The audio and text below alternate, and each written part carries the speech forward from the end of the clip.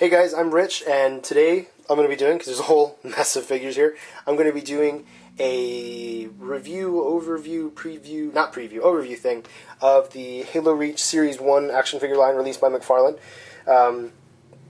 In total, there are 18 figures, 2 vehicles, all in Series 1. Now technically, the vehicles are Vehicle Series 1, but I wanted to put them in here because all these basically came out at the same time and, kind of do a brief overview of them.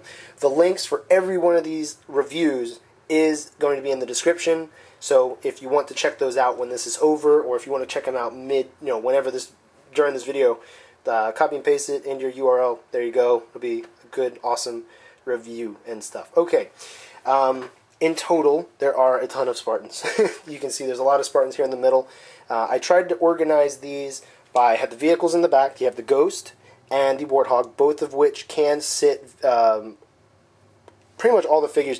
The Grunt Ultras don't really fit into the Ghost, and obviously they're not going to fit into the Warthog, but everything else, as far as Spartans, can definitely fit in both. The Elites can manage into the vehicles, into the Warthog, not so much in the driver and the passenger seat, but definitely they can do the turret. So if you wanted to kind of set them up in a diorama or multiplayer, you could do that. Over here, I have the exclusives. I have I'll take the camera off. Over here is the GameStop exclusive Steel Hazop, the Target exclusive Red Mark 5B, the Toys R Us exclusive Gold Hazop. Even though I know it looks kind of orange or yellowish, it's actually supposed to be gold. And then in the back is the 2010 Comic-Con Noble 7. Now, a lot of people, after seeing the review, a lot of people are like, oh, Noble 7 doesn't exist, must be Noble 6 or Tom. It's actually a made-up figure. It was just something special they made for Comic-Con. It has absolutely nothing to do with the Halo universe as far as being factual or multiplayer or anything like that. It was just something that they made up to kind of represent Bungie, and they just happened to use Noble 7 just because they thought it'd be kind of cool. And then right here is another exclusive that you only get.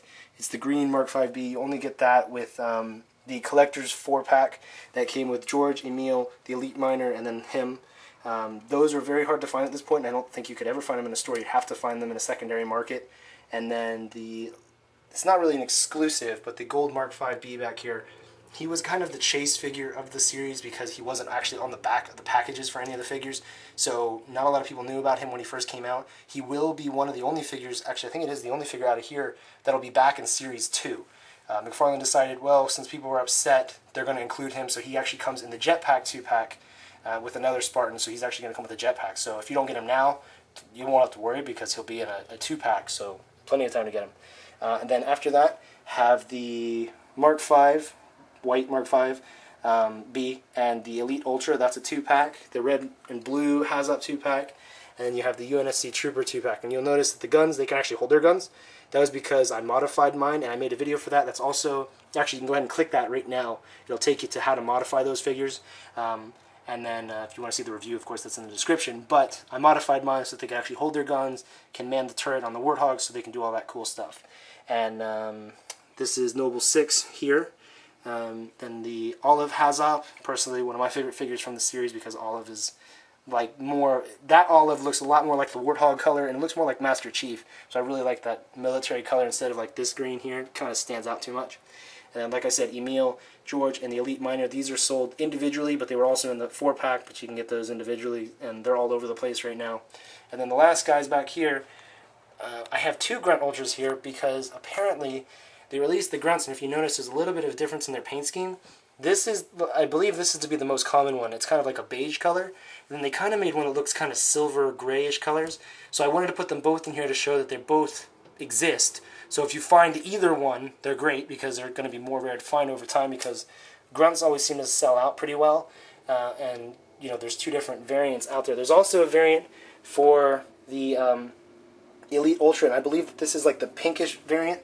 There's another one out there that's like brown, where all that kind of weird goldish armor, that's brown on the other figures, I believe, because I don't have that other one yet to be able to tell you. But overall, Series 1 was incredible. It made a lot of improvements from like Series 6 from Halo 3, which was an epic fail. The paint jobs on all my figures have been great.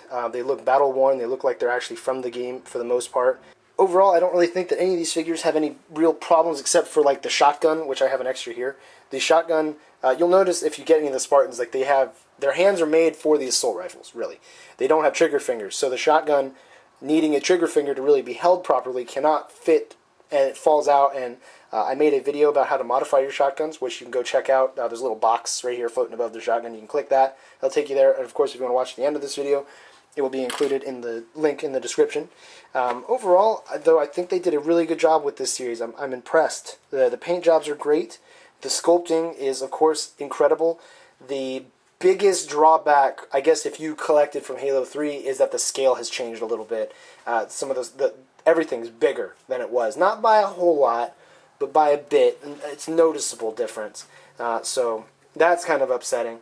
As far as other problems with specific figures, obviously you can go check out the links in the description or whatever. If you have some free time or you're interested about a specific figure, well, I'll go into much more detail because it reviews just them. Those are down, like I said, in the description. And, so you can check that out and see if there's something you have more questions about. Or if you have any questions, you can post that at the bottom of this video in the comment section. My favorite figure, if I were to pick one, would have to probably be either like the Elite Miner, or like either the Elites or Noble 7. I really like how they changed the Elites. The Elites are buff. The Elites look scary now. They don't look quite as skinny as they used to be in the figure form. I really like how they turned out. My least favorite figure, not counting the UNSC troopers not being able to hold their weapons, which I found to be a huge problem. I really have no idea why McFarlane would do that. My least favorite figure, if I were to pick one, would probably be the green Mark V here, only on the basis that I don't really like his colors. I don't really like that green. Everybody else is awesome. Even the green Mark V, I love it. The weapons are great, except for the shotgun, but once you modify it, it works. It's awesome. Series 2, which comes out in January, but they have a advanced wave of 4 different figures that are going to be out in December, which is the Grunt Miner, Carter, a white CQC, and then it's a repaint of the Elite Miner to be red, like in multiplayer, like for Red Team. So some cool stuff. Series 2 is going to be awesome. It's probably going to blow this one out of the water as far as just awesome guys in it, because Carter, Cat, there's another Grunt, there's the Elites, there's jetpacks, there's new armors that are going to be in it. It's going to be really cool. Some new weapons, I hope. Series 3 also out in April is going to be great.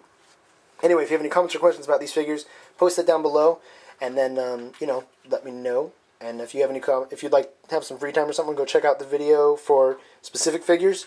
Do that, and you can obviously post comments or questions there about them. Alright guys, thank you very much for watching. Hope you enjoyed this, and I hope it helps somewhat of kind of give you an overview about the figures and helping you to go watch some reviews that will help answer more questions specifically.